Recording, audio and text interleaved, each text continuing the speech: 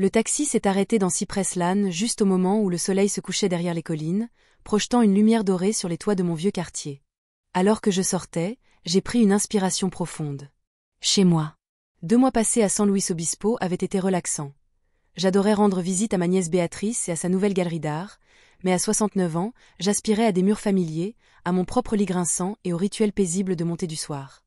Prenez soin de vous maintenant, madame. Appelez le chauffeur alors qu'il m'aidait à sortir ma valise à roulettes.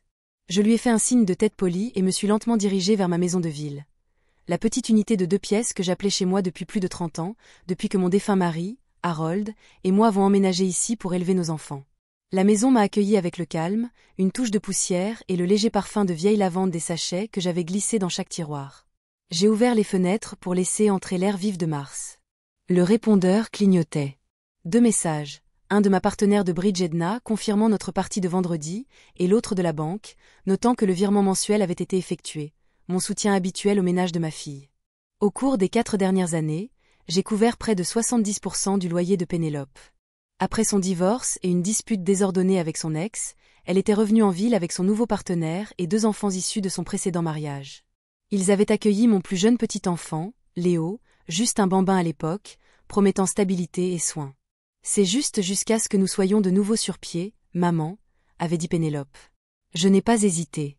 L'appartement était modeste, et mon fonds de retraite, bien que non infini, pouvait y subvenir. Harold avait été prudent, et j'avais continué cette habitude, vivant simplement, mais en toute sécurité. Aider ma fille me semblait être la chose juste à faire. Après avoir déballé et m'être installé, j'ai décidé de leur rendre visite. Léo m'avait terriblement manqué. Il venait d'avoir 4 ans, et chaque appel téléphonique se terminait par lui disant « Grand-maman, rentre bientôt ». Je ne voulais pas attendre une invitation formelle. Leur immeuble était à seulement 5 pâtés de maison. Une courte promenade devant la boulangerie, l'école primaire et le vieux chêne où mes enfants avaient l'habitude de jouer. Alors que j'atteignais les marches d'entrée de leur logement, j'ai remarqué que les plantes en pot étaient fanées et que le paillasson était enroulé sur les coins. Pénélope avait toujours l'habitude de garder une entrée bien rangée. C'était petit, mais cela comptait pour elle. J'ai frappé. Après quelques secondes, il y a eu le son d'un dessin animé que l'on baissait, et la porte s'est ouverte. « Maman. Tu es revenue plus tôt. » Pénélope avait l'air surprise, repoussant une mèche de cheveux derrière son oreille et ajustant le sweat à capuche surdimensionné qu'elle portait. Je me suis dit que j'allais vous faire une surprise. Ai-je souri chaleureusement. Est-ce que c'est un mauvais moment? Non, non. Entre. Les enfants seront contents de te voir. Sa voix était joyeuse, mais quelque chose dans son ton semblait forcé. Je suis entrée dans l'appartement. C'était plus encombré que d'ordinaire. Des chaussures dans le couloir, des sacs à dos jetés près du canapé, une boîte de céréales ouverte sur la table à manger. Penelope Acree, Jackson. Brielle. Grand-maman est là. J'ai remarqué que le nom de Léo n'était pas mentionné. Jackson, le garçon plus âgé, est sorti de sa chambre en traînant les pieds, des écouteurs pendant autour de son cou. « Salut », a-t-il marmonné, les yeux rivés sur le jeu sur son téléphone. Brielle a suivi, en mâchant un biscuit. « Grand-maman. » Elle a crié et a jeté ses bras autour de moi. « As-tu rapporté quelque chose ?»« Pas aujourd'hui, ma chérie, » ai-je dit en riant. « Mais j'apporterai une surprise la prochaine fois. »« Où est Léo ?» ai-je demandé, en jetant un coup d'œil vers le couloir. « Il est dans sa chambre », a répondu Pénélope un peu trop vite. Finissant ses feuilles d'apprentissage de l'après-midi. À 4 ans. J'ai haussé un sourcil. Nous avons commencé tôt, avec quelques travaux préparatoires. La maternelle est l'année prochaine, et nous voulons qu'il soit en avance. J'ai hoché la tête lentement, essayant de cacher mon inquiétude. « Voudrais-tu du thé ?» a-t-elle demandé, me conduisant vers la cuisine. « Oui, merci », dis-je, en observant la pièce. Il y avait une nouvelle machine à espresso sur le comptoir et un ensemble élégant de couteaux dans un présentoir. Pas extravagant, mais pas bon marché non plus. Je ne jugeais pas. Juste. Not aunt. Alors, comment va Béatrice? Demanda Pénélope alors qu'elle remplissait la bouilloire. Elle va bien. Occupée avec sa galerie. Elle a demandé des nouvelles de Léo, tu sais. Pénélope fit une brève pause. Il va bien. Un peu calme. Son professeur de maternelle dit qu'il est très timide. Nous pourrions le faire évaluer, voir s'il a besoin d'une aide au développement social. Peut-être qu'il a juste besoin de se sentir inclus, dis-je doucement. Nous l'incluons, dit-elle, sa voix se crispant. Mais Jackson a eu des moments difficiles à l'école, et Brielle a de la danse 5 jours par semaine. Parfois, il n'y a tout simplement pas le temps de veiller sur Léo. C'était de nouveau là, une ligne de démarcation invisible. Ses enfants issus du mariage précédent de son partenaire, et Léo, son fils biologique, toujours dans une catégorie distincte. « Comment va Ethan ?» demandai-je. « Il va bien. Le travail est stable. Il espère une augmentation bientôt. » « Je vois, » murmurai-je. Je me suis souvenu qu'il m'avait demandé $3000 en janvier pour faire réparer leur voiture. C'était aussi le mois même où j'ai vu une photo Facebook de leur famille dans un centre de villégiature à Palm Springs. Puis-je aller dire bonjour à Léo ? demandai-je. Penelope hésita. Il est vraiment en plein milieu de quelque chose. Peut-être attendre jusqu'au dîner ? Il a 4 ans. Je pense que 5 minutes avec sa grand-maman ne ruineront pas sa future carrière, dis-je, me dirigeant déjà vers sa chambre. Avant que Pénélope ne puisse argumenter, j'ai atteint la porte et j'ai frappé doucement. « Entrez » vint une petite voix. Léo était assis sur le sol avec un cahier d'exercice sur ses genoux. Ses cheveux blonds étaient ébouriffés et ses petits doigts agrippaient un crayon. Ses yeux s'illuminèrent dès qu'il me vit. « Grand-maman » cria-t-il, se mettant debout et se précipitant dans mes bras. Son petit corps était léger et chaud, et je pouvais le sentir trembler légèrement. « Oh, mon rayon de soleil » murmurai-je. « Tu m'as tellement manqué. Tu as tellement grandi » dis-je, en me reculant légèrement pour le regarder. « Et tu as des taches de rousseur. Tout comme ton grand-père Harold en avait. » Léo gloussa et baissa les yeux timidement, effleurant l'ourlet de son t-shirt surdimensionné. Il pendait de lui comme une tunique, clairement un vêtement de seconde main. « Est-ce que tu restes, grand-maman » demanda-t-il avec espoir. « Je suis de retour pour de bon maintenant, mon amour. Donc nous allons nous voir beaucoup plus souvent. » Maman dit que je dois finir mes feuilles de traçage, dit-il avec un soupir. Mais je veux jouer. Tu en as fait assez aujourd'hui, n'est-ce pas ? Il hocha la tête rapidement. J'ai fait 3 pages. C'est ce qu'elle a dit que je devais faire. Alors, que dirais-tu d'aller montrer à ta maman à quel point tu as bien travaillé ? Et peut-être qu'elle te donnera une pause pour aujourd'hui. Je me suis levée et lui ai tendu la main. Ses petits doigts se sont enroulés autour des miens avec une telle confiance que cela a serré ma poitrine. Nous sommes retournés ensemble dans la cuisine. Pénélope venait de verser le thé et ajouter du miel. J'ai amené Léo avec moi, dis-je. Nous sommes en retard pour une petite conversation. Pénélope leva les yeux, les lèvres fines. Léo, as-tu fini tes feuilles ? Oui, maman. Va alors te laver les mains. Le dîner est dans 1 heure. Léo hocha la tête, lâcha ma main et alla vers la salle de bain. Il va bien, dis-je après un moment de silence. Semble vif. Pénélope haussa les épaules. Il va bien. Mais il est parfois absent. Je pense qu'il a besoin d'un cadre plus structuré. C'est pourquoi je l'ai soumis à un horaire plus strict. Ou peut-être qu'il a juste besoin de plus d'affection, dis-je doucement. 4 ans, c'est encore si jeune. Pénélope ne répondit pas.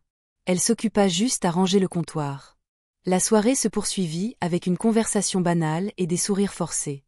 Ethan arriva à la maison vers 18h30, tout sourire et histoire bruyante. Léo s'illumina quand il l'a vu, courant vers lui, les bras ouverts.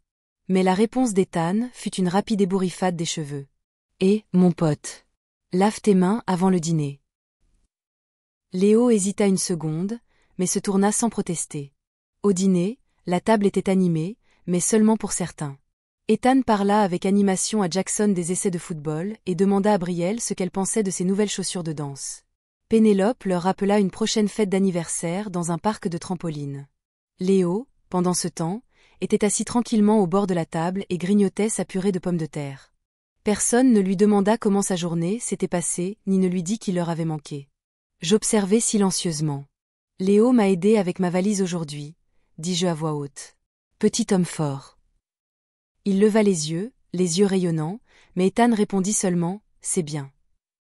Plus tard, alors que j'aidais à débarrasser la table, j'ai remarqué Léo ramassant des miettes sur le plancher de la salle à manger avec une pelle à poussière. Ce n'était pas ludique, c'était concentré, comme s'il savait que c'était attendu. « Pourquoi Léo nettoie-t-il » demandai-je. Pénélope leva les yeux en rinçant la vaisselle. « C'est sa tâche après le dîner. Jackson et Brielle n'ont rien fait, dis-je doucement. Jackson a un projet à rendre, et Brielle a un entraînement tôt demain. Ça ne dérange pas Léo. Je gardais mes lèvres closes. Mais dans mon esprit, des questions se formaient comme des nuages d'orage. Cette nuit-là, je suis rentrée chez moi troublée. Au cours des jours suivants, je leur ai souvent rendu visite. J'ai apporté de petits cadeaux pour Léo, des livres, des puzzles, des ensembles de coloriage. J'ai regardé comment son visage s'illuminait chaque fois que j'entrais, comment il s'accrochait à moi comme une bouée de sauvetage. Mais à chaque fois, la chaleur s'estompait dès que Pénélope ou Ethan entraient dans la pièce. Il se repliait à nouveau sur lui-même. Un samedi matin, j'ai décidé de passer tôt, vers 9 heures, sans appeler à l'avance. J'avais acheté à Léo un nouveau livre d'images sur les animaux sous-marins et je pensais que ce serait une douce surprise. Mais alors que j'arrivais à leur étage, j'ai entendu quelque chose qui m'a glacé le sang. Léo. Combien de fois dois-je te le répéter? Tu dois faire la vaisselle après le petit déjeuner. Tu ne dois pas seulement t'asseoir et colorier. C'était la voix de Pénélope, aiguë, forte, pas du tout comme le ton chaleureux dont je me souvenais de son enfance. J'allais le faire, maman. Je viens de... Pas d'excuses. Tu as 4 ans. Assez grand pour aider.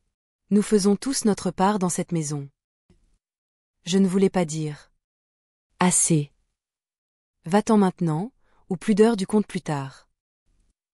J'ai senti mes doigts se recourber autour du sac de livres que je tenais. Un enfant de 4 ans réprimandé ainsi, pour ne pas avoir fait la vaisselle? J'ai fait un pas en avant et frappé à la porte plus fermement que d'habitude. Il y eut un silence de quelques secondes avant que la porte ne s'ouvre en grinçant. Pénélope se tenait là, l'air surprise. Maman. Qu'est-ce que tu... Je suis venue voir Léo, ai-je dit, ma voix tendue, mais contrôlée. Est-ce qu'il va bien?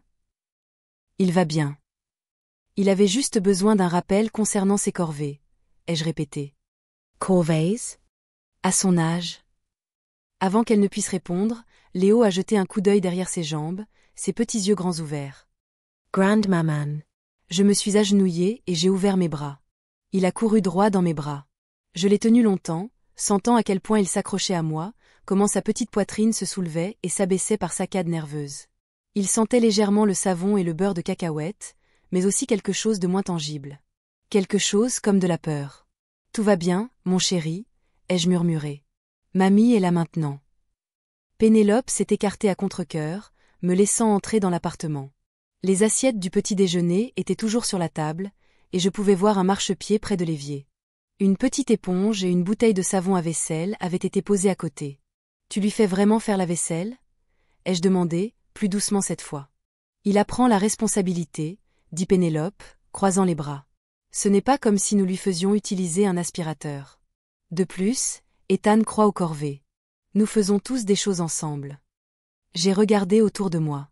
Jackson n'était visible nulle part. Brielle regardait une vidéo sur le canapé, les pieds en l'air, sans aucun souci au monde. Et que font Jackson et Brielle pour partager la tâche? Ai-je demandé. Penelope a hesite. Ils ont des devoirs plus lourds. Léo n'est pas encore à l'école. Je vois. Je n'ai pas argumenté plus. Je ne voulais pas de dispute, pas devant Léo. J'ai pris sa main doucement. Je t'ai apporté quelque chose, dis-je, en sortant le livre de mon sac. Il a halté doucement en regardant la couverture, Ocean Giants. Les pages glacées scintillaient d'illustrations lumineuses de baleines, de calmars et de récifs coralliens. Pour moi? Bien sûr. Nous le lirons ensemble plus tard. Léo m'a regardé avec un bonheur si pur que j'ai failli pleurer. Mais alors la voix de Pénélope a tranché ce moment. Léo, tu n'as toujours pas fait la vaisselle. Laisse-le se reposer un peu, dis-je, mon ton étant plus ferme maintenant. Nous ferons quelque chose ensemble ce matin. Peut-être aller faire une promenade. Les yeux de Pénélope se sont légèrement plissés. Tu fais toujours ça. Me sapa. Non, ai-je répondu. J'essaie juste de protéger mon petit-fils d'être surmené avant même qu'il n'ait appris à lasser ses chaussures. Léo a tiré doucement sur ma manche. Pouvons-nous y aller maintenant, grand-maman? Oui, mon chéri. Va chercher ton pull. Alors qu'il partait en sautillant dans sa chambre, Pénélope s'est penchée plus près de moi. C'est notre maison, maman. Nous faisons de notre mieux. Je sais, ai-je répondu. Mais de là où je suis, votre mieux semble laisser Léo de côté. Elle n'a pas répondu. Ce matin-là, Léo et moi avons marché jusqu'au parc en bas de la rue. Nous nous sommes assis sur un banc près du bac à sable et avons lu des choses sur les baleines à bosse et les poissons clowns. Pour la première fois depuis des semaines, je l'ai vu s'animer, montrant les animaux, gloussant devant ses visages de poissons idiots. Après, nous avons mangé de la crème glacée. Il a choisi fraise tourbillon. Je l'ai laissé en prendre 2 boules. Maman ne me laisse pas en manger autant, dit-il timidement. Eh bien, grand-maman fait parfois des exceptions. Il sourit, avec de la crème rose sur le nez. Nous avons passé près de 3 heures ensemble. Quand je l'ai ramené, il m'a serré fort et a chuchoté « Peux-tu revenir demain ?» Je serai là, ai-je promis. Mais dans les jours qui ont suivi, les choses sont devenues encore plus préoccupantes. Quand j'ai rendu visite en milieu de semaine, Léo n'était pas à la maison. Nous l'avons inscrit à des cours préparatoires supplémentaires, a expliqué Ethan. J'ai trouvé cette appli qui propose des exercices quotidiens. Nous le laissons avec une baby-sitter qui l'aide à les faire. Il a 4 ans, ai-je dit. Il a besoin de temps pour jouer. D'imagination. D'amis. Il nous remerciera plus tard, a haussé les épaules Ethan. Je n'y ai pas cru une seule seconde. Ce samedi, j'ai décidé que je ne pouvais plus attendre. Je suis arrivée sans prévenir, portant un petit jeu de puzzle que j'avais acheté. Alors que je montais les marches, j'ai de nouveau entendu des cris. Tu appelles ça propre. C'était Pénélope. Il y a eu une pause. J'ai essayé, maman. J'ai vraiment essayé. Non, Léo. Essayer ne suffit pas. L'évier a encore des miettes, et il y a de la graisse sur la spatule. Tu n'auras pas de temps d'écran aujourd'hui. Du couloir, je pouvais voir Léo debout près de l'évier, tenant la spatule comme si elle pesait une tonne. Son petit visage était crispé, sa lèvre tremblait, ses yeux étaient humides. J'ai dit, pas de larmes. Va finir, maintenant. C'était tout. Je n'ai pas frappé, cette fois. J'ai poussé la porte et suis entrée. Pénélope s'est retournée. Maman. Que diable fais-tu ? Ai-je demandé, calme. Elle a eu l'air abasourdie pendant 1 seconde, puis s'est mise sur la défensive. Il n'a pas nettoyé correctement. Il le sait bien. Il a 4 ans, ai-je dit lentement. Et tu lui cries dessus comme s'il était ton employé. Léo a laissé tomber la spatule et a couru vers moi. Grandmaman. Je me suis agenouillée et je l'ai pris dans mes bras. Il tremblait. Ce n'est pas de la discipline, Pénélope. C'est autre chose. Ne recommence pas, marmonna-t-elle. Nous faisons de notre mieux. Votre mieux est en train d'abîmer votre fils, ai-je dit.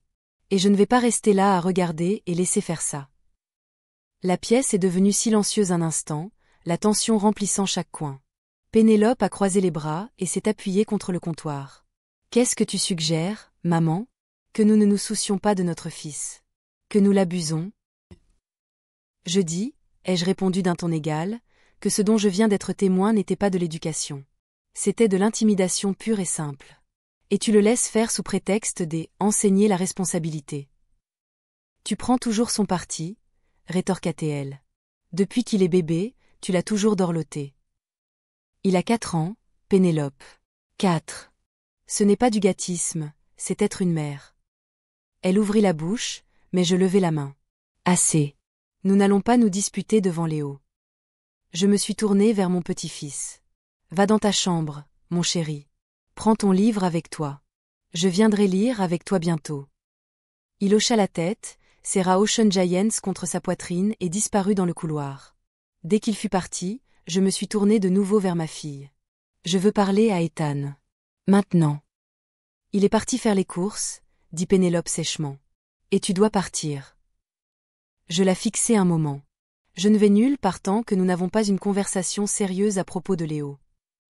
Elle expira fortement, comme si elle avait un poids sur la poitrine. Que veux-tu, maman ? Tu veux le prendre ? Tu veux l'élever toi-même ? Je n'ai pas répondu tout de suite. Parce que la vérité était que oui. Cette pensée grandissait en moi depuis des semaines. Mais j'avais espéré que cela n'en arriverait pas là.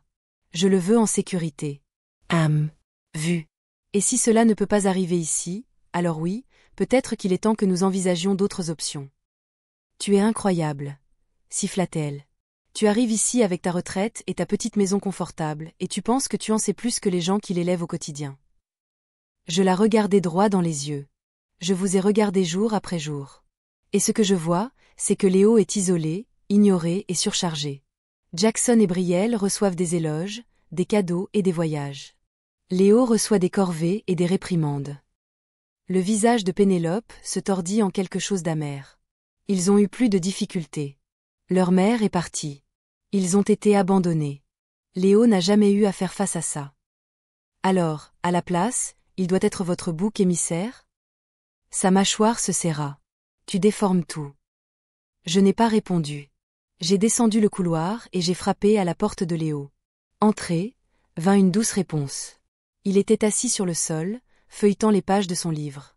Il leva les yeux, ses yeux encore rouges à cause des larmes, mais il sourit quand il me vit. « Est-ce que je dois retourner faire la vaisselle ?»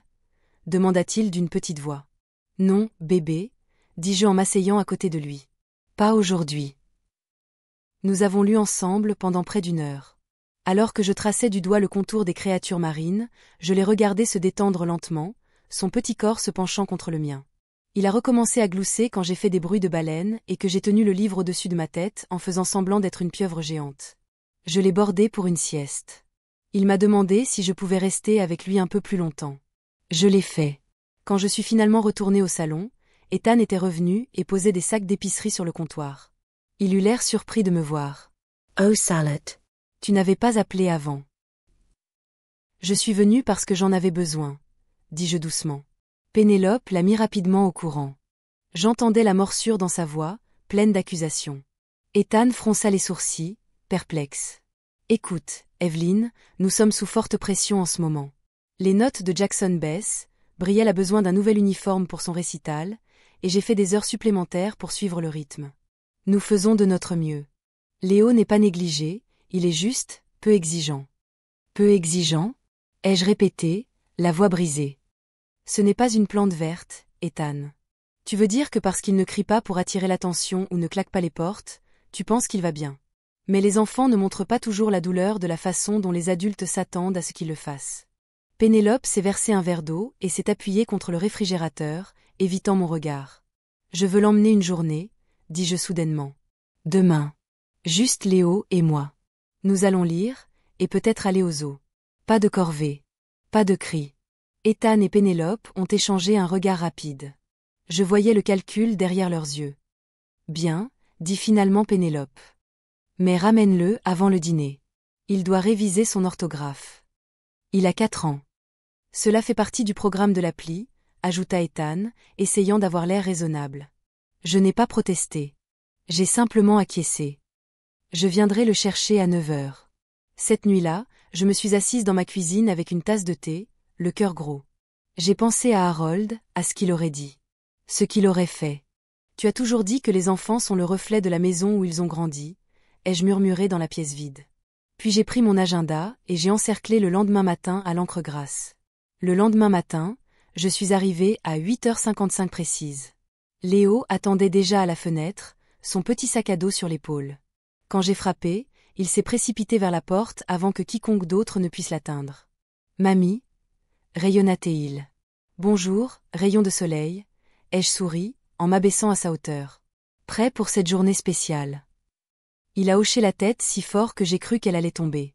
Pénélope se tenait dans le couloir, les bras croisés, son expression indéchiffrable. Il a mangé de la bouillie d'avoine. Pas de goûter avant midi. Et il doit revoir ses sons de lettres plus tard. J'ai croisé son regard. Aujourd'hui, nous allons faire quelque chose de différent. Pas d'appli. Juste une journée avec mamie. Elle n'a pas protesté. Mais elle n'a pas souri non plus. Après, nous avons visité le musée. L'exposition de dinosaures était sa préférée. Il a tiré ma main, pointant du doigt les squelettes imposants. Grand-maman, celui-là, c'est un tricératops.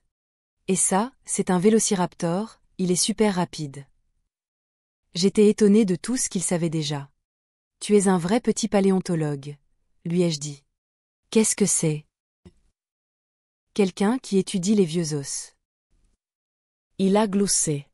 Peut-être que je pourrais faire ça quand je serai grand. Peut-être que tu le haises déjà. À l'heure du déjeuner, nous nous sommes assis sur un petit banc de parc avec des sandwichs au fromage grillé et du jus de pomme. Léo balançait ses jambes sous le banc, fredonnant pour lui-même. Grandmaman. Oui, mon amour. Est-ce que je dois rentrer après à la maison? Mon cœur s'est serré. Pourquoi tu demandes? Il a haussé les épaules. Juste, j'aime être ici. Avec toi. Je me suis penchée et j'ai touché sa joue. Tu m'auras toujours, quoi qu'il arrive. Mais aujourd'hui, profitons juste de l'instant présent, d'accord? Il a hoché la tête. Mais la question persistait entre nous, tel un nuage qui refusait de bouger. De retour chez moi, nous avons fait des chapeaux en papier et regardé un dessin animé sur les tortues marines. Léo s'est blotti contre moi, sa tête sur mes genoux. J'ai caressé ses cheveux alors que sa respiration se ralentissait en un doux rythme. Pour la première fois depuis mon retour de San Luis Obispo, je me suis sentie en paix. Quand il a été temps de le ramener, il a enroulé ses bras autour de ma taille et a dit doucement « Merci ». C'était le plus beau jour de tous les temps. J'ai embrassé le sommet de sa tête. Il y en aura d'autres, mon rayon de soleil. Je te le promets. Quand nous avons monté les marches de l'appartement de Pénélope, la porte s'est ouverte avant même que nous puissions frapper. Pénélope se tenait là, tenant une tasse de thé, nous regardant. Juste à temps, a-t-elle dit. Leo entra docilement. Pénélope attrapa son sac à dos sans dire un mot. Alors qu'il disparaissait dans le salon, elle s'est tournée vers moi. Alors? Il a passé une merveilleuse journée. Je suis sûre qu'il l'a fait, dit-elle froidement. Maintenant, il va être en retard pour sa revue. Je la fixai, choisissant mes mots avec soin. J'aimerais qu'il vienne plus souvent. Quelques jours par semaine. Ou peut-être pour la nuit. Êtes-vous sérieuse? Je le suis. Elle posa sa tasse un peu trop fort sur le comptoir. Vous pensez que vous pouvez faire mieux? Je pense que Léo a besoin de repos. De joie. De sécurité. Et je peux offrir cela. Il y eut un long silence avant qu'elle ne dise « Ethan et moi allons en parler ». J'ai hoché la tête. Faites-le. Mais comprenez, ce n'est pas juste une offre occasionnelle. Alors que je rentrais chez moi ce soir-là, j'ai dépassé l'école primaire que Léo fréquentera bientôt. J'ai pensé à son rire au musée. Ses questions. Sa douceur. Et la décision dans mon cœur, autrefois un faible murmure, était devenue résolue. Léo avait besoin de plus qu'un soulagement occasionnel. Il avait besoin d'une maison qui le comprenne. Et j'allais la lui donner. Le lundi suivant, j'ai pris rendez-vous avec un vieil ami, Thomas Elridge, un avocat de famille à la retraite qui avait autrefois aidé Harold et moi à mettre en place notre plan successoral. Nous nous sommes rencontrés dans un café tranquille sur Maple Street, à quelques rues de son ancien bureau. « Evelyn », dit-il chaleureusement, se levant pour me serrer dans ses bras. « Vous avez bonne mine. » Les apparences peuvent être trompeuses, Tom, dis-je avec un sourire las. J'ai besoin de votre aide. Il a écouté attentivement pendant que j'expliquais tout, les cris, les corvées et la négligence émotionnelle. Comment Pénélope et Ethan favorisaient leur beau enfant tandis que Léo était traité comme une pensée secondaire. Et comment je voulais lui offrir un foyer plus chaleureux. Je ne suis pas ici pour déclencher une guerre, dis-je, en remuant mon thé lentement. Mais je veux savoir quelles sont mes options, sur le plan légal. Pour la tutelle. Tom hocha la tête, pensif. La garde temporaire serait votre première étape. Vous pourriez la proposer de manière informelle au début. Si Pénélope et Ethan sont d'accord, nous pouvons rédiger des documents qui vous donnent l'autorité sur les décisions concernant l'éducation, la santé et les soins de Léo. Et s'ils ne sont pas d'accord? Alors nous devrons faire une requête au tribunal de la famille. Mais commençons par la voie pacifique.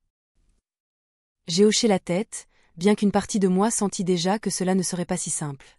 Ce soir-là, j'ai téléphoné à Pénélope. Est-ce qu'Ethan et toi pouvez passer demain après le dîner? Ai-je demandé. Il y a quelque chose d'important dont j'aimerais discuter. Sa voix était soupçonneuse. De quoi s'agit-il?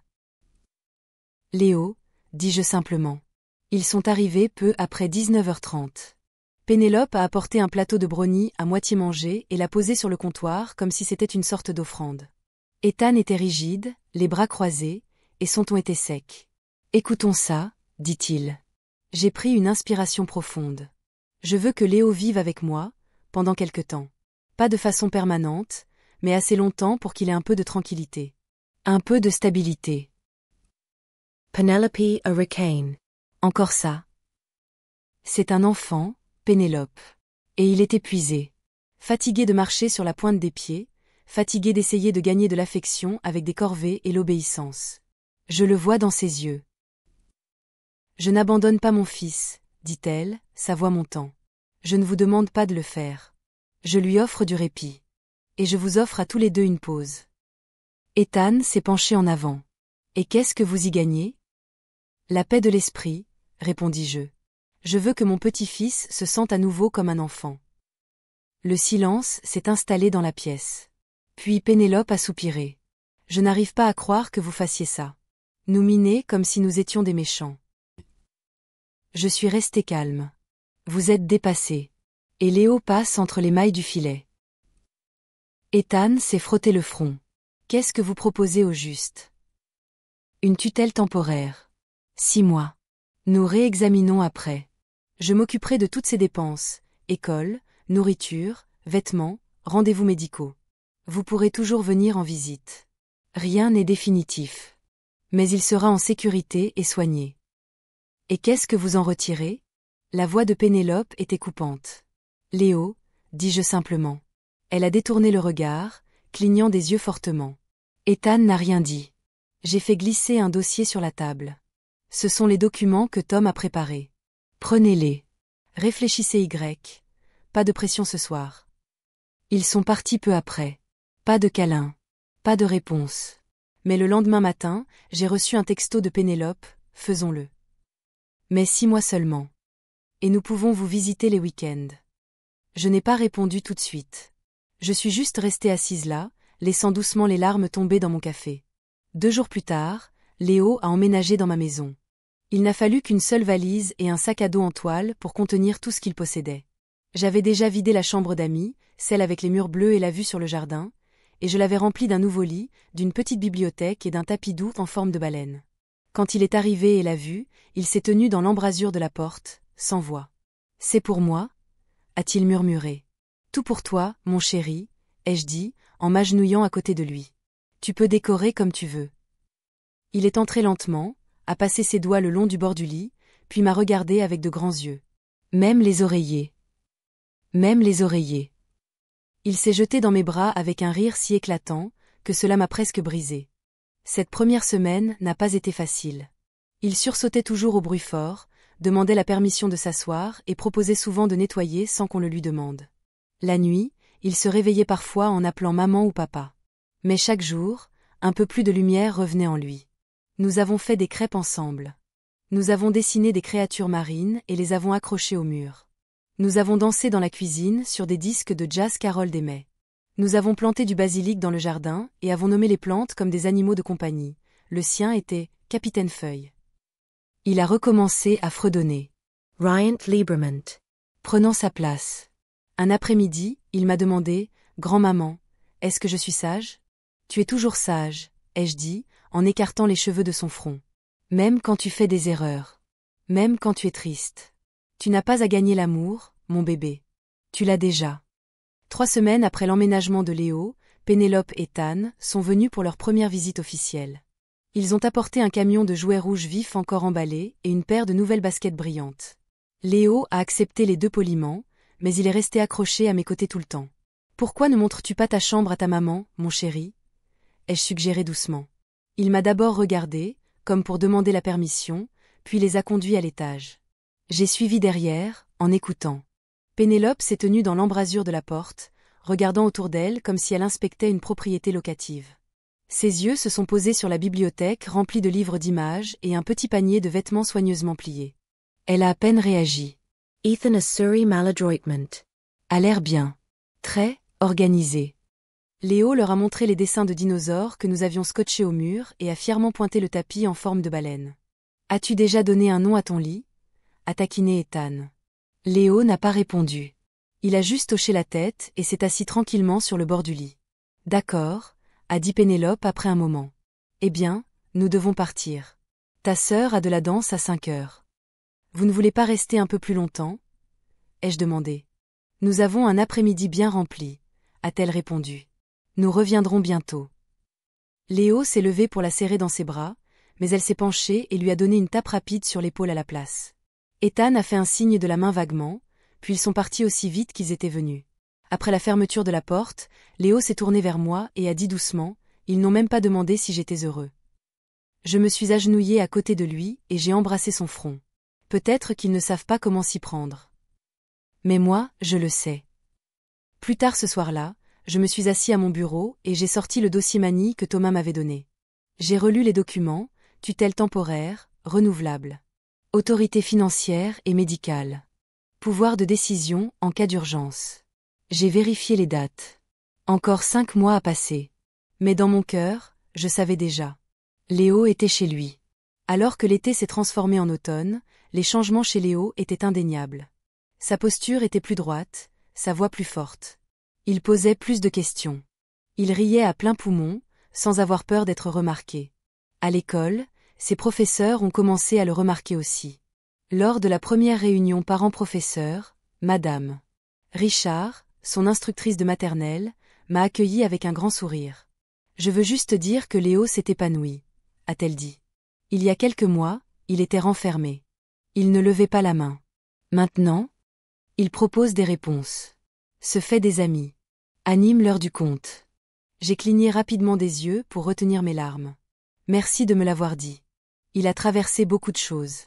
Eh bien, quoi que ce soit qui ait changé, ça marche. Il s'épanouit. Quand nous sommes rentrés à la maison ce soir-là, je lui ai préparé une petite fête, des muffins à la banane, ses préférés. Devine ce que ton professeur a dit aujourd'hui ? Ai-je dit en taquinant. Il a souri, balançant ses jambes sous la table.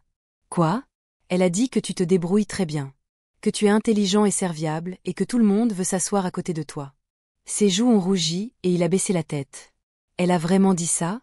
Elle l'a vraiment dit. Il m'a regardé avec émerveillement. Tu crois que je pourrais apprendre le piano un jour ? J'ai souri largement. Je pense que tu peux apprendre tout ce que tu veux. Nous avons donc trouvé un petit studio au coin de la rue.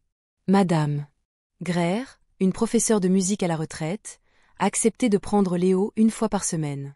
Sa maison sentait le vieux bois et la menthe poivrée, et Léo a tout de suite aimé le piano droit dans son salon.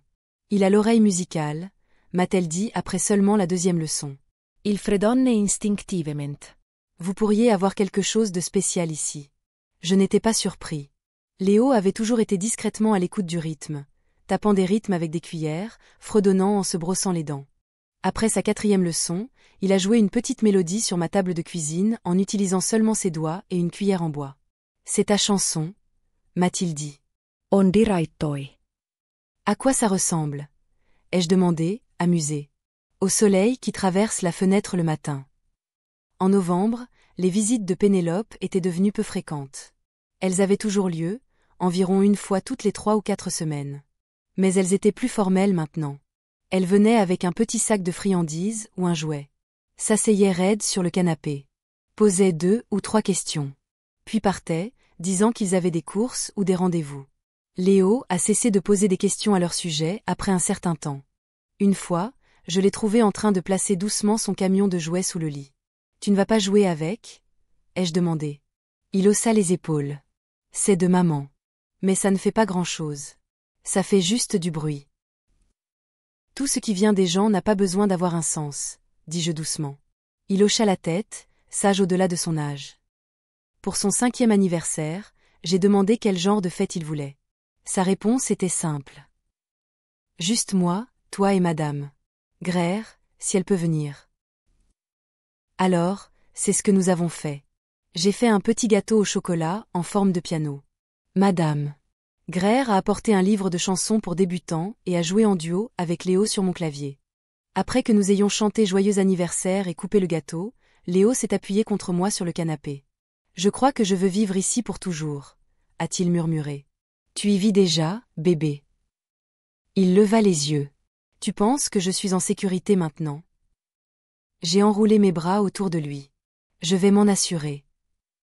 Le lundi matin suivant, alors que Léo mettait ses chaussures pour l'école, j'ai reçu un appel de Pénélope. Sa voix était calme, prudente. J'ai besoin de passer ce soir, dit-elle. Juste moi. Elle n'a pas expliqué, et je n'ai pas insisté. D'accord, ai-je répondu. Viens après le dîner. Léo m'a entendu alors que je raccrochais. Est-ce que maman vient m'emmener ? Je me suis accroupie à côté de lui, resserrant la sangle velcro de sa chaussure gauche. Non, mon chéri. Elle est juste de passage. Tu ne vas nulle part où tu ne veux pas aller. Il a semblé accepter cela. Mais je n'ai pas manqué la façon dont il a regardé par-dessus son épaule à 2 reprises avant que nous quittions la maison. Ce soir-là, Pénélope est arrivée à 19h15. Elle se tenait dans l'embrasure de la porte avec un manteau usé et une étrange immobilité dans le regard. Pas en colère. Pas sur la défensive. Juste, fatiguée. Je l'ai invitée à entrer. Elle s'est assise à la table de la cuisine, pliant soigneusement ses mains devant elle. Ses yeux ont dérivé vers le coin où Léo avait laissé son dernier dessin d'une baleine à bosse sur le comptoir. Elle n'a pas dit un mot à ce sujet. Je voulais vous remercier, a-t-elle commencé, en me surprenant. Pourquoi faire? Ai-je demandé en versant du thé. De prendre soin de lui, dit-elle, la voix presque brisée. Je ne savais pas jusqu'où les choses étaient allées. ¿Y pensáis? Je pensais que nous allions bien. Vous essayez, ai-je dit avec prudence. Mais Léo souffrait. Pénélope hocha la tête. Je le vois maintenant. Je ne sais pas comment j'ai pu manquer ça. Je pensais que j'étais forte. Qu'en le rendant responsable, je lui donnais de la résilience. Mais peut-être que je ne faisais que lui transmettre mon stress. Il y eut un silence pendant un moment, sauf le doux tic-tac de l'horloge au mur. Elle a fouillé dans son sac et en a sorti un dossier. Qu'est-ce que c'est que ça? Ai-je demandé. Je veux que ce soit permanent, dit-elle. La tutelle. Tu as été plus une mère pour lui ces derniers mois que je ne l'ai été depuis des années. Et il est différent, maintenant. Plus heureux. Mon cœur s'est serré. Estus chur. Elle hocha la tête, sans me regarder. Je ne mérite pas de le récupérer. Pas encore. Peut-être jamais. Tu es toujours sa mère, Pénélope. Tu le seras toujours. Je sais, murmura-t-elle. Mais en ce moment, tu es celle en qui il a confiance. J'ai tendu la main à travers la table et pris sa main. Merci. De l'avoir vu. Et d'avoir vu ce qui est le mieux pour lui. Elle hocha la tête, avalant difficilement. Je viendrai toujours lui rendre visite. Juste, pas aussi souvent que ça. Je veux lui donner de l'espace. Quoi que tu penses être juste, dis-je doucement. Nous allons nous assurer qu'il sait que tu l'aimes. Cette nuit-là, après son départ, j'ai bordé Léo dans son lit et embrassé son front. Grandmaman. Oui, mon amour. Est-ce que tu es ma maison pour toujours, maintenant? Les larmes me montèrent aux yeux. Si tu veux que je le sois. Il sourit, remonta sa couverture jusqu'au menton et dit « Alors oui ». L'hiver arriva en douce bourrasque, et nos journées ont pris un rythme. Les leçons de piano ont continué. Nous faisions des biscuits tous les samedis. Le dimanche, nous lisions 3 livres avant de nous coucher, quoi qu'il arrive. Léo a appris à lasser ses propres chaussures. Il a construit un bonhomme de neige et l'a appelé Capitaine Frosty. Il m'a aidé à décorer le sapin de Noël et à accrocher sa petite baleine en feutre à l'avant et au centre. Je veux qu'il voie tout, m'a-t-il dit. Un soir, nous étions assis près du feu, et je lui ai raconté des histoires sur Harold, son grand-père, comment il aimait le jazz et avait l'habitude de siffler quand il faisait des crêpes. Pouvons-nous écouter sa musique? Demanda Léo. J'ai souri et j'ai mis un des vieux disques d'Harold. Léo a dansé dans le salon, les bras grands ouverts, tournoyant jusqu'à ce qu'il tombe en riant. Je pense que grand-père Harold m'aurait aimé, dit-il, à bout de souffle. Je pense qu'il t'aurait adoré. Au début de la nouvelle année, j'ai rencontré Thomas à nouveau. Nous avons rempli les papiers pour la tutelle permanente et actualisé mon testament. J'ai placé tout dans un tiroir sur du bureau et j'ai dit à Léo qu'un jour, quand il serait assez grand, il saurait ce que tout cela voulait dire. Mais pour l'instant, dis-je, tu dois juste être un petit garçon. Il sourit. Bien. Parce qu'être grand a l'air vraiment difficile. Cela faisait près d'1 an depuis ce jour où je suis rentrée à la maison et où j'ai entendu ma fille crier après son fils de faire la vaisselle. Un moment qui a tout fait basculer. Et Dieu merci, c'est arrivé. Parce que cela m'a donné Léo. Pas comme un simple visiteur. Pas comme un invité du week-end. Mais comme une famille, vraiment, pleinement, joyeusement. Mon petit-fils. Mon cœur. Ma seconde chance. Le printemps est arrivé doucement, peignant le monde de couleurs pastel et de chants d'oiseaux. La chambre de Léo débordait maintenant de vie, Des lanternes en papier étaient suspendues au-dessus de sa fenêtre, un petit clavier trônait fièrement près de sa bibliothèque, et presque chaque centimètre carré du mur présentait des baleines, des dinosaures ou sa plus récente fascination, les étoiles. Un matin, au petit déjeuner, alors que nous grignotions des toasts à la cannelle et des fraises, il leva les yeux de ses céréales et demanda « Grand-maman, sommes-nous riches ?» J'ai cligné des yeux, surprise. « Qu'est-ce qui te fait demander ça, mon chéri ?» « Eh bien, dit-il pensivement, la cuillère planant dans les airs, à l'école, Tyler a dit que seules les personnes riches ont des pianos, des jardins et des toasts chauds chaque matin.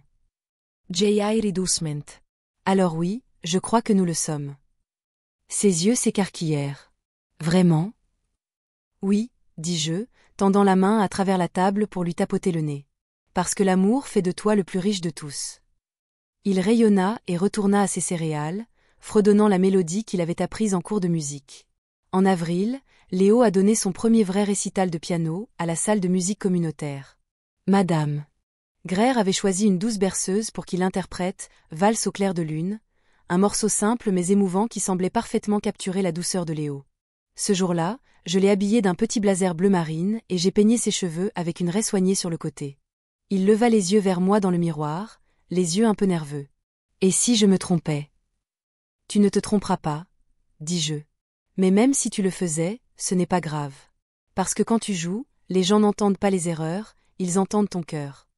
Il hocha la tête, toujours incertain, mais me faisant confiance. J'ai invité Pénélope, bien sûr. Et Ethan. Ils ne sont pas venus. Léo a scruté la foule avant de monter sur scène. Quand il n'a pas pu les trouver, ses épaules se sont affaissées un instant. Mais ensuite, il m'a vue, assise au premier rang, rayonnant de fierté, et il a redressé son dos comme un petit soldat. Il a joué magnifiquement bien. Pas une seule fausse note. Quand il s'est incliné, les applaudissements furent réels et chaleureux. Et le sourire sur son visage, large, courageux et rayonnant, était une image que j'aurais aimé qu'Harold puisse voir. Après le spectacle, je lui ai acheté un milkshake à la fraise au restaurant en bas de la rue. Je l'ai fait, grand-maman, a-t-il murmuré entre deux gorgées. Tu l'as fait, c'est certain. Et je suis si fière de toi. Il s'est penché à travers la cabine et m'a embrassé sur la joue. Tu es la meilleure maman pour toujours. Mon cœur s'est gonflé. Et tu es le meilleur toi pour toujours.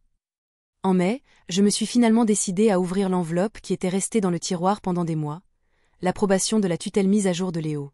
C'était officiel, maintenant. Irrevocable. Je l'ai placée dans le dossier familial, juste derrière le testament de Harold et à côté d'une copie du mien, nouvellement mis à jour pour refléter tout ce que j'avais appris, vu et ressenti depuis que Léo était venu vivre avec moi. Presque tout ce que je possédais, ma maison, mes économies, mes investissements, irait à lui. Il n'y aurait pas de surprise à la fin de ma vie. Pas de confusion. Pas de mendicité, de marchandage ou de dispute. L'avenir de Léo était assuré. Comme Harold l'aurait voulu. Comme je me l'étais promis, silencieusement, le jour où j'ai trouvé mon petit-fils agrippant un torchon avec des doigts tremblants. Un après-midi pluvieux, alors que le tonnerre grondait doucement au loin et que Léo construisait une forteresse avec des coussins de canapé, la sonnette a sonné. C'était Ethan. Seul. Trempé jusqu'aux os, sans parapluie. Je l'ai fait entrer et lui ai offert une serviette et du thé. Il a pris les deux, s'est assis à la table de la cuisine et a soupiré. Je ne suis pas venu pour créer des problèmes, a-t-il dit. Je voulais juste voir Léo. Il est là, dis-je.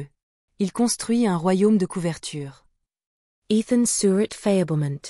Cela lui ressemble bien. Il y eut une pause. Je suis désolé, dit-il après un moment. Pour tout. Je n'ai pas répondu. Pas tout de suite. Il leva les yeux vers moi. Je pensais vraiment que nous faisions ce qui était juste. Lui donner une structure. Le préparer. Tu n'étais pas mauvais, Ethan, dis-je calmement. Mais tu n'écoutais pas. Pas lui. Pas les gens qui l'aimaient. Il hocha la tête lentement. Je sais. Léo apparut alors dans l'embrasure de la porte, une cape de couverture drapée sur ses épaules et des chaussettes dépareillées. Papa. Ethan se tenait là, maladroitement. Et, mon grand. Léo ne courut pas. Il ne cria pas. Il s'avança simplement et dit, tu veux voir mon royaume. Ethan me regarda pour obtenir ma permission. J'ai hoché la tête. J'aimerais ça, dit-il, suivant son fils dans le salon. Ils sont restés 1 heure. Quand Ethan est parti, il m'a serré la main à la porte. Je ferai mieux, dit-il. Pour lui. Je l'espère. L'été est arrivé dans un flou de chèvrefeuilles et de craies. Léo a eu 6 ans juste après la fin de l'école, et nous avons organisé un pique-nique d'anniversaire tranquille dans la cour, juste nous deux, Madame Graire, et Abby de l'école, son ami préféré pour la lecture. Il y avait des muffins au bleuet, des sandwichs en forme de dinosaures et un gâteau fait maison décoré de notes de musique et d'étoiles scintillantes. Léo portait une couronne en papier et a insisté pour lire à voix haute ses cartes d'anniversaire avant d'ouvrir les cadeaux. « Je veux d'abord connaître les mots que les gens me disent », expliqua-t-il, avec un sérieux bien au-delà de son âge. Cet après-midi-là, pendant que les enfants jouaient à tag parmi les hortensias, Madame Graire s'est tournée vers moi et a dit « Vous savez, Evelyne, non seulement elle prospère, mais il guérit. » J'ai hoché la tête, incapable de parler. Parce qu'elle avait raison. Et cela voulait tout dire. Un matin, début juillet, j'ai reçu une lettre de Pénélope. Ce n'était pas long. Juste une page pliée, avec son écriture soignée et prudente. Maman. Je sais que j'ai fait des erreurs. Je ne sais pas comment toutes les réparer, mais je veux que tu saches que j'essaie. Je lutte encore contre la culpabilité, la honte de ce que j'ai laissé arriver. Mais je vois maintenant que prendre du recul était la meilleure chose que je pouvais faire pour Léo. Merci d'être la mère dont il avait besoin quand je ne l'étais pas. Je ne suis pas encore prête à venir vous rendre visite. Mais dis-lui que je l'aime. Penelope. Je suis restée assise à la table avec la lettre pendant longtemps, sirotant du thé froid et regardant par la fenêtre. Puis j'ai sorti une carte vierge avec une baleine sur le devant, la préférée de Léo, et j'ai écrit une réponse. Cher Penelope. Merci pour ta lettre. Cela signifiait plus que tu ne le sais. Léo grandit, apprend, devient de plus en plus lui-même chaque jour. Il parle de toi, parfois tristement, parfois avec tendresse. Il y a encore une place dans son cœur pour toi, et il y en aura toujours une. Quand tu seras prête, nous sommes là. Pas de jugement. Juste de l'amour. Je l'ai posté cet après-midi-là et j'ai glissé sa lettre originale dans la boîte à souvenirs de Léo, à côté de son premier dessin d'un tricératops et du programme du récital de piano avec l'étoile de papier tordu qu'il a collé sur la couverture. Cette semaine-là, Léo a commencé à poser davantage de questions sur Harold. Quel était le travail de grand-père? Il était électricien. Il avait l'habitude de réparer des choses comme par magie. Était-il drôle? Le plus drôle. Il faisait voler du pain grillé hors du grille-pain comme un vaisseau spatial. Est-ce qu'il vous aimait? Beaucoup. Léo fit une pause. Est-ce qu'il m'aimait? Je l'ai attiré sur mes genoux. Il n'a jamais pu te rencontrer, mon chéri. Mais je sais qu'il t'aurait adoré. Tu as ses yeux. Et sa gentillesse. Léo reposa sa tête sur mon épaule. Alors je crois que je l'aime aussi. Ce dimanche, j'ai sorti les albums photos. Nous nous sommes assis à même le sol du salon, feuilletant des images d'anniversaire, voyages de camping, costumes d'Halloween et matins de Noël. Voici maman quand elle était petite. Ai-je dit en montrant une photo de Pénélope en couette tenant une grenouille. Leo Glauser. Elle a l'air bête. Elle l'était. Elle aimait aussi les histoires, tout comme toi. Il fixa cette photo un peu plus longtemps que les autres. Tu penses qu'elle m'aimait alors?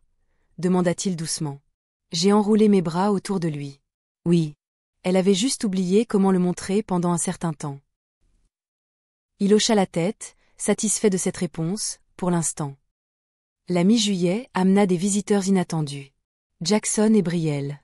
Ils se sont présentés à la porte un après-midi, des sacs à dos sur les épaules et une expression penaude sur le visage de Jackson. « Est-ce que Léo est là ?» demanda-t-il. J'ai hésité un instant, surprise. Il est dans la cour. Les deux sont passés devant moi sans attendre la permission, ont marché sur le porche et ont trouvé Léo sous l'arbre, construisant un vaisseau spatial Lego sur une couverture de pique-nique. Il leva les yeux, surpris. « Salut », dit Brielle maladroitement, les mains enfoncées dans les poches de son sweat à capuche. « Belle fusée ». Léo fixa un moment, incertain. Jackson s'assit à côté de lui. Nous étions dans le coin. Nous avons pensé qu'on pouvait dire bonjour. Léo ne parla pas au début. Puis, après une pause, il tendit une pièce de Lego de rechange. « Vous voulez aider ?» Ils l'ont fait. Pendant 1 heure. Quand ils sont partis, Léo est entré et m'a regardé. C'était réel? Que veux-tu dire? Ils n'étaient pas méchants. Ils étaient gentils. J'ai hoché la tête. Les gens peuvent changer. Tout comme toi. Il réfléchit un instant. Peut-être que je les laisserai aider à nouveau demain. Cette nuit-là, nous avons arrosé le basilic et le romarin sur le rebord de la fenêtre et avons fait des plans pour un voyage au zoo à la fin de l'été. Léo voulait apporter un cahier pour pouvoir dessiner tous les animaux qu'il verrait. Je vais être un zoologiste paléontologue pianiste, annonça-t-il fièrement. Je n'en doute pas, ai-je répondu en riant. Tu peux être tout ce que tu veux. Même un bon grand frère. Tu le es déjà. Août s'est faufilé avec des ciels dorés et le bourdonnement des cigales. Léo et moi avons passé nos journées à absorber chaque rayon de soleil. Nous allions au marché fermier le samedi, faisions du manège à la jetée le dimanche, et en semaine, nous faisions cuire des muffins au bleuet ou construisions des forts d'oreillers qui se transformaient en bateaux pirates. C'était l'un de ces matins chauds et paresseux quand le téléphone a sonné. C'était Ethan. « Salut, Evelyne, dit-il. J'espère que je ne vous dérange pas. Pas du tout, répondis-je prudemment. Je voulais vous dire que j'ai déménagé. Pénélope et moi, nous nous sommes séparés le mois dernier. J'ai trouvé un nouvel emploi à Denver et j'ai signé les papiers cette semaine. J'ai fermé les yeux un instant. Je vois. Je sais que je n'ai pas été le meilleur père pour Léo, a-t-il continué. Mais j'essaie d'être honnête, maintenant.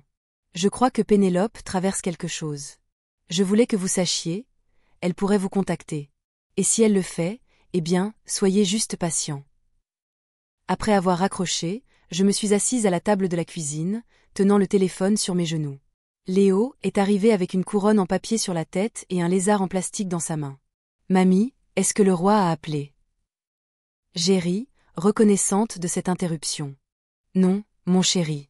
Mais je pense qu'il serait fier de toi. » Une semaine plus tard, Pénélope m'a appelé. « Maman, commença-t-elle, la voix hésitante. Puis-je venir te voir ? » Bien sûr. Elle est venue ce dimanche-là. Son visage était plus mince, ses vêtements plus amples. Elle ressemblait à quelqu'un qui avait vécu une tempête silencieuse. Léo était dehors, en train de faire de la peinture avec des aquarelles. Quand elle est entrée dans la cour, il s'est arrêté. Pénélope s'est accroupie près de lui, à hauteur des yeux. « Bonjour, Léo. »« Bonjour. » Je me demandais, serais-tu d'accord que je te regarde peindre ? Il a lentement hoché la tête, trempant son pinceau dans le bleu. Elle ne l'a pas touché. Elle ne l'a pas repris. Elle s'est juste assise là, les genoux repliés sous son menton, regardant son fils mélanger les couleurs et fredonner doucement. Après 1 heure, elle s'est relevée. « Je dois y aller. Merci de m'avoir laissé venir. » Léo l'a regardée, puis a regardé sa peinture. « En veux-tu une ?» Elle a cligné des yeux. « Veux-tu me donner une de tes peintures ?» Il a hoché la tête. « Celle-ci est un oiseau bleu. » Elle l'a pris de ses petites mains, comme si c'était du verre. « Merci. » Quand elle est partie, Léo s'est tourné vers moi. « Je crois que maman est encore triste. »« Elle l'est, ai-je dit. Mais elle essaie. »« C'est bien, » a-t-il murmuré. Ce soir-là, j'ai trouvé la peinture de l'oiseau bleu délicatement scotchée à l'intérieur de la lettre de Pénélope dans la boîte à souvenirs de Léo. J'ai placé une note à côté, certaines choses prennent du temps pour guérir. Mais l'amour ne disparaît pas, il ne fait qu'attendre. Alors qu'août s'estompait en septembre, Léo a commencé sa première année. Nous avons acheté des crayons, des cahiers et la boîte à lunch qu'il a choisie lui-même, bleu marine avec un petit chien astronaute sur le devant. Il l'a appelé Capitaine Collation. Le premier jour d'école, il s'est réveillé tôt et s'est habillé avec les vêtements que nous avions choisis. Un jean, une chemise blanche douce et ses nouvelles baskets bleues. « J'ai l'air de quelqu'un qui sait des choses », a-t-il déclaré fièrement. « Tu ressembles à quelqu'un qui va apprendre encore plus de choses. » Au moment de le déposer à l'école, il a serré fermement ma main, son autre main agrippant la sangle de son sac à dos. « Vas-tu rester ici toute la journée ? » Je resterai jusqu'à ce que tu rentres. Ensuite, je serai ici à t'attendre quand tu sortiras. Il a hoché la tête. Et quand son professeur a ouvert la porte de la classe, il s'est tourné vers moi et a murmuré « Je vais être courageux. »« Je sais que tu le es, mon chéri. » Il a lâché ma main, a redressé ses épaules et est entré. J'ai regardé jusqu'à ce que la porte se referme, puis je me suis détournée, les larmes brouillant ma vue. Cet après-midi-là, il est rentré à la maison plein d'histoires. « Savais-tu que mon bureau est près de la fenêtre ? » Et nous avons un moment de lecture calme. Et il y a une vraie tortue dans un aquarium. Je lui ai préparé un grillé cheese et une soupe aux tomates pendant qu'il racontait chaque détail. Il s'est arrêté au milieu de son sandwich. Mamie. Oui, mon chéri. Tu penses que sa famille manque à ma tortue à l'école? J.I. posem aquillere. Je pense que les tortues sont silencieuses comme tu l'étais avant. Mais elles apprennent à se sentir de nouveau en sécurité. Comme moi? Exactement comme toi. Il a souri et a pris une autre bouchée. Cette nuit-là, j'ai mis à jour mon journal intime. J'ai écrit. Léo s'épanouit, courageux, curieux et gentil. Je peux voir le petit garçon qu'il était et le jeune homme qu'il deviendra. Et je suis reconnaissante chaque jour d'être intervenue quand je l'ai fait. J'ai fermé le journal, je l'ai rangé dans mon tiroir et j'ai jeté un coup d'œil à la chambre de Léo. Il dormait, recroquevillé sous sa couverture étoilée, une lampe de poche toujours allumée dans une main et un livre de dinosaures ouvert sur sa poitrine. J'ai murmuré « Bonne nuit, mon cœur ». Et à ce moment-là, j'ai su. Nous étions exactement là où nous devions être. L'automne est arrivé doucement, comme de douces excuses. Les matins sont devenus frais et les trottoirs se sont couverts de feuilles d'ambre tombées. Léo les ramassait lors de nos promenades sur le chemin de l'école, sélectionnant les feuilles parfaites à presser dans un album qu'il a intitulé Leaf Adventures Volume 1. Chaque jour, il rentrait à la maison avec quelque chose de nouveau. Une histoire passionnante sur un camarade, un poème qu'il a écrit ou une image qu'il a dessinée en cours d'art. Je suis en train d'inventer un livre, m'a-t-il dit un après-midi, en parcourant des pages sur le tapis du salon. Il s'agit de la façon dont les baleines vont dans l'espace. Incroyable, ai-je répondu. Tu penses qu'elles porteraient des casques? Bien sûr, a-t-il souri. Elles auraient besoin de respirer. Mais leur queue aide à diriger en apesanteur. Cela m'étonnait encore de voir le chemin parcouru. Comment ce même garçon, autrefois si silencieux qu'il parlait à peine au dîner, remplissait maintenant chaque pièce d'histoire et de rire. Ses leçons de piano ont continué également. Madame Greer lui enseignait maintenant des morceaux plus avancés, de douces valses, de courtes phrases classiques. Parfois, je m'arrêtais dans le couloir pour écouter pendant qu'il jouait, ses doigts plus légers et plus assurés que jamais. Un soir, après une version particulièrement belle de Twinkle Twinkle Little Star, j'ai demandé « Aimerais-tu jouer au récital d'hiver cette année ?» Léo leva les yeux des touches. « Serais-tu là ?» Je ne le manquerais pour rien au monde. Il a acquiescé. Alors oui. En octobre, nous avons organisé un petit rassemblement d'automne, juste quelques camarades de classe de Léo et leurs parents. Nous avons sculpté des citrouilles dans le jardin et installé un petit bar à cacao sur le patio. J'ai regardé Léo diriger un groupe d'enfants à travers une chasse au trésor imaginaire dans la cour, portant un chapeau d'explorateur fait maison en papier journal. Pénélope est venue aussi. Elle n'a amené ni Ethan ni ses beaux enfants, juste elle-même. Elle se tenait tranquillement près de la table, sirotant du cidre, regardant Léo diriger ses amis comme un minuscule général. « Il est vraiment heureux », a-t-elle dit. « Oui, ai-je répondu. Il l'est. » Elle s'est tournée vers moi. « Penses-tu que j'ai encore une place dans sa vie? » « Tu l'auras toujours, ai-je dit.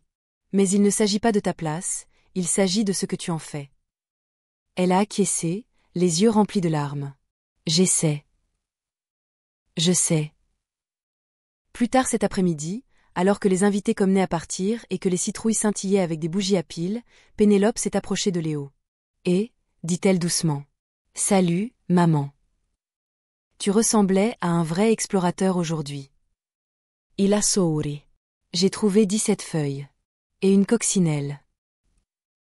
Je suis fière de toi. Ce n'était pas un grand moment. Mais c'était un début. À l'approche d'Halloween, Léo a décidé qu'il voulait se déguiser en baleine lunaire. Qu'est-ce qu'une baleine lunaire exactement? Ai-je demandé, en l'aidant à couper du carton en nageoire. Une baleine qui nage dans l'espace et chante aux étoiles. J'ai cligné des yeux. Eh bien, bien sûr.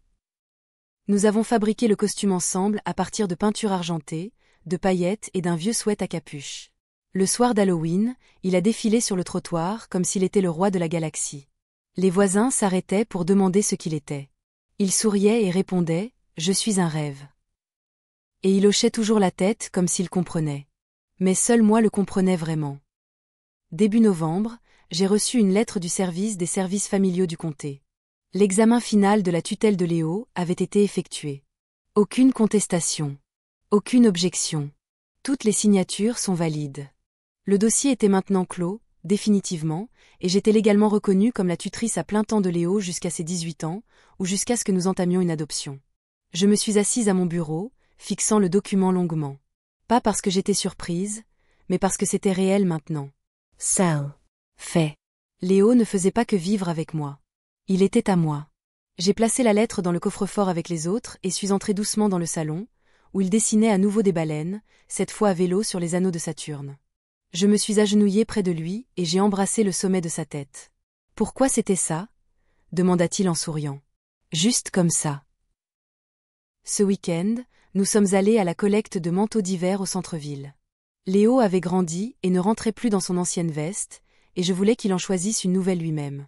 Il a choisi un manteau vert forêt avec une doublure douce et de profondes poches. « C'est celui-là, » dit-il en l'enfilant. « Je me sens chaud comme un arbre. » C'est une très bonne sorte de chaleur. Avant que nous partions, il a tiré ma manche. « Pouvons-nous laisser mon ancienne veste ici ? Pour qu'un autre enfant puisse avoir chaud aussi ?» J'ai hoché la tête, la gorge serrée.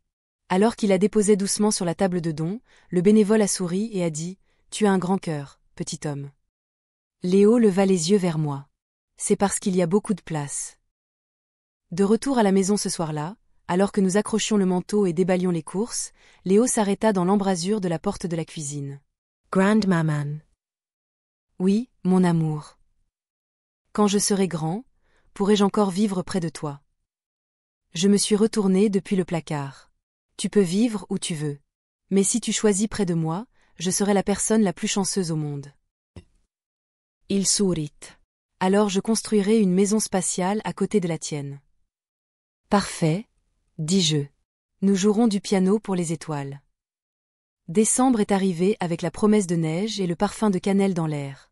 Léo a commencé à compter à rebours jusqu'à Noël sur un calendrier fait à la main qu'il a créé avec Madame Graire, une découpe en forme de baleine avec de petites étoiles dorées collées pour chaque jour. Il l'a appelée Baleine Noël. Chaque matin, il déplaçait un minuscule autocollant d'une étoile à l'autre, fredonnant des chants de Noël qu'il apprenait pour le récital. Un après-midi, alors que nous accrochions des flocons de neige en papier dans la cuisine, il a demandé « Grand-maman, les fêtes sont-elles toujours aussi agréables ?» J'ai souri, coupant un autre flocon. « Pas toujours. Mais elles devraient l'être. » Il hocha la tête. « J'aime les nôtres. » Le soir du récital, Léo portait à nouveau son blazer marine, celui de la performance du printemps dernier, et une écharpe rouge que j'avais tricotée juste pour lui. Alors que nous entrions dans la salle de musique, il a serré ma main et a chuchoté « Je n'ai pas peur, cette fois. » Je n'allais pas te le demander, ai-je souri. Mais j'en suis si contente. La salle était comble. Des parents, des frères et sœurs, des grands-parents et des voisins remplissaient chaque siège. La scène scintillait de douces guirlandes lumineuses, et un minuscule sapin se dressait dans le coin, couvert d'ornements scintillants fabriqués par les élèves. Madame Graire a accueilli tout le monde, puis a présenté Léo vers la fin du programme. Il est monté sur scène calmement, s'est assis au petit piano à queue et a ajusté le banc comme un petit professionnel. Sa pièce était une berceuse d'hiver intitulée « La neige tombe doucement ». C'était doux, avec des notes ascendantes et douces et de petits trilles qui imitaient les flocons de neige qui atterrissaient. Il l'a joué avec concentration, grâce et une tendresse qui a réduit toute la pièce au silence. Quand il a terminé, il y a eu une seconde entière d'immobilité avant que les applaudissements ne commencent, forts et sincères. Léo s'est levé, s'est incliné et est retourné à sa place avec un sourire qui allait d'une oreille à l'autre. Après, dans le foyer, je l'ai serré fort dans mes bras. « Tu étais magique », ai-je chuchoté. « Je me sentais comme de la musique », dit-il, posant sa tête sur mon épaule. « Tu l'étais. » Et ce soir-là, alors que nous buvions du cacao et regardions la neige tomber par la fenêtre, il a dit « On peut faire un vœu. » Bien sûr. Il ferma les yeux, le visage illuminé par la lueur de l'arbre. « Qu'est-ce que tu as souhaité ?» ai-je demandé. « J'ai souhaité me souvenir toujours de ce que je ressens. » Je me suis penchée et j'ai pris sa main. « Moi aussi, Léo. Moi aussi. » Quelques jours avant Noël, Pénélope est revenue. Cette fois, elle a apporté un livre à Léo, une petite collection de poèmes sur les animaux, magnifiquement illustrés. « Je l'ai lu quand j'étais petite », a-t-elle dit, en le lui tendant. Léo l'a pris doucement. « Peux-tu m'en lire un ?» Elle a semblé surprise. Puis elle a ouvert à la première page et a commencé de lire. Sa voix a vacillé au début, mais est devenue plus ferme à chaque ligne. Léo s'est appuyé contre son côté pendant qu'elle lisait. Quand elle a fini, il s'est tourné vers elle et a dit « C'était bien ». Elle a cligné rapidement des yeux. Tú es gentille. Ils sont restés assis comme ça pendant un long moment, le livre toujours ouvert entre eux. Quand elle s'est levée pour partir, Léo ne lui a pas demandé de rester. Mais il a fait un signe de la main. Et elle a fait signe en retour, tenant son dessin d'une baleine sur la lune qu'il lui avait donné avant qu'elle ne sorte. Le matin de Noël, Léo m'a réveillée avant l'aube, entrant sur la pointe des pieds dans ma chambre avec sa couverture de baleine autour des épaules. « Grand-mère, a-t-il chuchoté, êtes-vous réveillée ?» « Je le suis maintenant. » ai-je ri. Nous avons ouvert les cadeaux près du feu, des choses simples, un nouvel ensemble d'aquarelles, un livre d'histoire sur les étoiles, des mitaines chaudes et un instrument d'enregistreur qu'il avait réclamé en septembre. Mais son préféré était une petite boule à neige que j'avais fabriquée moi-même. À l'intérieur, un minuscule piano peint à la main, une baleine argentée enroulée autour et des paillettes qui scintillaient comme de la poussière d'étoiles lorsqu'on la secouait. Il la fixa, hypnotisé. C'est moi ? A-t-il chuchoté. Oui, ai-je dit. C'est tout toi. Plus tard, pendant qu'il faisait la sieste recroquevillée sur le canapé, je me suis assise avec mon journal et j'ai écrit. Léo a rendu mon monde plus chaleureux, plus lumineux et plus doux que je ne le pensais possible. Il n'est pas seulement une seconde chance. Il est mon but. Ma petite baleine parmi les étoiles. J'ai rangé le journal et je l'ai regardé, dormant paisiblement. Un garçon qui tremblait autrefois sous des voix dures et des ordres froids. Maintenant en pleine floraison, libre, profondément aimé. Un miracle que j'ai pu observer de près. La nouvelle année est arrivée tranquillement, alors que des flocons de neige tombaient en lente spirale devant notre fenêtre. Léo et moi les avons regardés depuis le canapé, tous les deux enveloppés dans sa couverture de baleine, sirotant une tisane à la camomille dans des tasses dépareillées. « Tu penses que la neige est fatiguée ?» a-t-il demandé soudainement. « Fatiguée de quoi ?»« De tomber. De devoir toujours tout couvrir. » J'y ai réfléchi. Peut-être. Mais je pense que la neige, c'est aussi qu'elle apporte le calme. La paix. Il a acquiescé. J'aime parfois le calme. Surtout quand je dessine. Cette semaine-là, il a commencé à dessiner plus d'animaux de mémoire, des girafes, des renards, même un pingouin étonnamment bien fait avec une écharpe. Il m'a dit qu'il voulait faire son propre livre d'images un jour. Je lui ai dit que je serais la première dans la file d'attente pour l'acheter. Et De retour à l'école, Léo s'est installé facilement dans la routine. Son professeur a renvoyé des notes élogieuses à la maison. Léo est réfléchi, gentil et créatif. Il réconforte souvent les autres élèves lorsqu'ils sont contrariés et se porte volontaire pour aider à nettoyer après le cours d'art. J'ai accroché chacun d'eux sur le réfrigérateur comme un insigne d'honneur. Un vendredi après-midi, après être allés le chercher, nous nous sommes arrêtés à la boulangerie pour une gâterie. Alors que nous faisions la queue, Léo a tiré ma manche. Puis-je payer pour la dame derrière nous ? J'ai jeté un coup d'œil en arrière.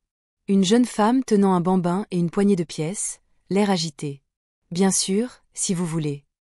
Il s'avança, sortit 2 billets froissés de sa veste et dit à la caissière, « Ceci est pour elle aussi. » La femme cligna des yeux, surprise. « Oh, merci, mon chéri. » Léo a juste souri. C'est une belle journée pour être gentil. Alors que nous rentrions à la maison, j'ai tenu sa petite main fermement dans la mienne. Mon cœur était si plein qu'il me faisait presque mal. Ce week-end-là, Pénélope a appelé. Pas pour une visite. Pas pour prendre de nouvelles. Juste pour dire bonjour. Nous avons parlé pendant 10 minutes. De Léo, de son nouveau travail dans une librairie locale, et de la façon dont elle recommençait sa thérapie. Je sais que je ne peux pas tout défaire, dit-elle d'une voix douce. Mais je veux reconstruire. Même si cela prend des années. Il n'est jamais trop tard pour reconstruire, ai-je dit. Brique par brique. Je veux être quelqu'un dont Léo puisse être fier. Tu as déjà fait le premier pas, lui dis-je. Et ça compte. Plus tard ce soir-là, j'ai demandé à Léo s'il voulait écrire une lettre à sa maman. Il a acquiescé et a sorti ses crayons de couleur préférée. Il a dessiné une baleine tenant un bouquet de fleurs, puis a écrit en grosses lettres majuscules. Asterisk cher maman. J'espère que tu vas mieux. J'aime quand tu me fais la lecture.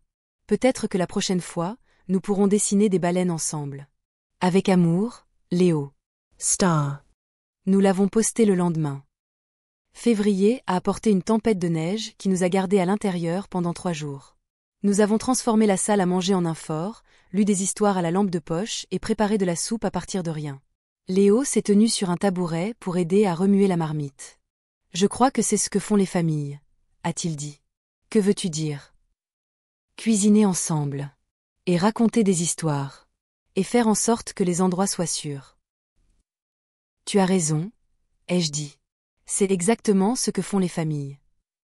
Il avait l'air fier, comme s'il avait compris quelque chose de très important. Le jour de la Saint-Valentin, j'ai trouvé une carte faite à la main sur mon oreiller. À l'intérieur, il y avait un dessin d'une baleine en forme de cœur, et au crayon rose, il était écrit « À grand-maman, qui a réchauffé mon cœur ». Je l'ai serré contre ma poitrine et j'ai pleuré. La semaine suivante, Léo a passé sa toute première soirée pyjama chez son ami Abby. Il a emballé sa petite valise avec soin. Pyjama, sa peluche de baleine, et une note pliée qui disait « Au cas où tu me manquerais, je t'aime ». J'ai souri en la glissant dans son sac. Quand je suis rentrée seule à la maison, le silence m'a semblé étrange. Pas vide, mais en pause, comme une chanson qui attend de reprendre. Je suis passée devant sa chambre, toujours remplie d'étoiles et de créatures marines, et j'ai chuchoté « Dors bien, ma petite lumière ». Il est rentré le lendemain en bondissant d'histoires, sur le pop-corn, l'effort de couverture et les rires qui ont duré jusqu'à minuit. « Tu m'as un peu manqué », a-t-il avoué. « Tu m'as beaucoup manqué. » Un soir, juste avant le coucher, Léo a demandé « Penses-tu que certaines personnes restent tristes pour toujours ?» J'ai réfléchi un instant. Je pense que certaines personnes portent la tristesse longtemps. Mais l'amour la rend plus légère. Comme tu as rendu la mienne plus légère ? J'ai hoché la tête. Et tu as rendu la mienne plus brillante. Il a souri d'un air endormi, se blottissant sous ses couvertures. Alors j'espère que nous continuerons à faire ça. Et dans ce moment de calme, avec sa respiration douce et régulière, j'ai réalisé quelque chose au fond de moi. La guérison ne se produit pas toujours de manière bruyante. Parfois, elle se produit dans des chuchotements au coucher, dans des cœurs en crayon, dans la confiance reconstruite jour après jour. Et Léo, mon petit-fils, mon miracle, en était la preuve. Le printemps est revenu comme une chanson dont nous avions presque oublié comment fredonner. Le jardin a fleuri à nouveau, et avec lui, Léo aussi, plus grand maintenant, lisant des livres à chapitres tout seul, composant des chansons simples au piano avec des noms comme Starwall Blues et Dancing Clouds. Son rire avait changé aussi, plus timide ou hésitant, mais plein et joyeux, un son qui remplissait notre maison de soleil. Un après-midi, alors que nous arrosions les tulipes ensemble, il leva les yeux vers moi et me demanda « Tu penses que je suis différent maintenant ?» J'ai essuyé la terre de mes gants et me suis accroupie à côté de lui. « Que veux-tu dire ?» Je me sens plus léger. Comme si je n'avais plus aussi peur. Comme, je sais qui je suis. J'ai souri. Tu es diferent. Parce que tu grandis. Parce que tu guéris. Et parce que tu es aimé, chaque jour. Il a enroulé ses bras autour de moi. J'aime qui je deviens. Moi aussi, ai-je murmuré dans ses cheveux. Cette semaine-là, nous avons visité l'aquarium pour la première fois. Léo se tenait, émerveillé, devant le réservoir géant en verre, regardant un requin-baleine glisser dans l'eau. Ce ne sont pas vraiment des baleines, dit-il d'un ton pragmatique. Mais j'aime qu'ils aient emprunté le nom. Nous étions assis sur un banc à proximité, partageant un sandwich au beurre de cacahuète. Est-ce que tu souhaites parfois pouvoir revenir en arrière et changer certaines choses ? Demanda-t-il soudainement. Avant, oui, dis-je. Mais plus maintenant. Même les parties difficiles. Surtout les parties difficiles. Parce qu'elles m'ont amené à toi. Il a appuyé sa tête contre mon épaule. Alors, je suis content aussi. En avril, Pénélope a appelé pour demander si elle pouvait se joindre à nous pour le déjeuner de Pâques. J'ai hésité juste un instant. Oui. Ce serait bien. Elle est arrivée avec une tarte au citron et un bouquet de tulipes fraîches. Léo l'a accueillie à la porte et lui a offert une carte faite à la main, une baleine portant un panier d'œufs. Elle a souri et l'a glissé dans son sac à main comme un trésor. À table, elle a aidé à mettre les assiettes, à passer la purée de pommes de terre et à poser à Léo des questions qui montraient qu'elle avait écouté. Quelle a été ta partie préférée de l'exposition sur les baleines ? Lis-tu toujours Captain Starfish ? Puis-je entendre ta nouvelle chanson après le dessert ? Et après le dessert, elle s'est assise à côté de lui sur le banc du piano, écoutant tranquillement pendant qu'il jouait un court morceau intitulé Bravate. Quand il a fini, elle a embrassé son front. C'était magnifique. Tu peux revenir, dit-il doucement. Elle a souri à travers ses larmes. J'aimerais ça. Et en mai, Léo a rapporté à la maison un devoir scolaire intitulé Mon héros. Il me l'a tendu timidement. À l'intérieur, il y avait un dessin d'une femme dans une robe à motif de baleine, tenant la main d'un garçon en basket rouge. En dessous, en lettres maladroites au crayon, il avait écrit « Mon héros est ma grand-mère. Elle m'a aidé à me sentir en sécurité quand j'avais oublié comment. Elle m'enseigne la musique et me montre comment être gentil. Elle est ma famille pour toujours. » J'ai serré le papier contre ma poitrine, à peine capable de parler.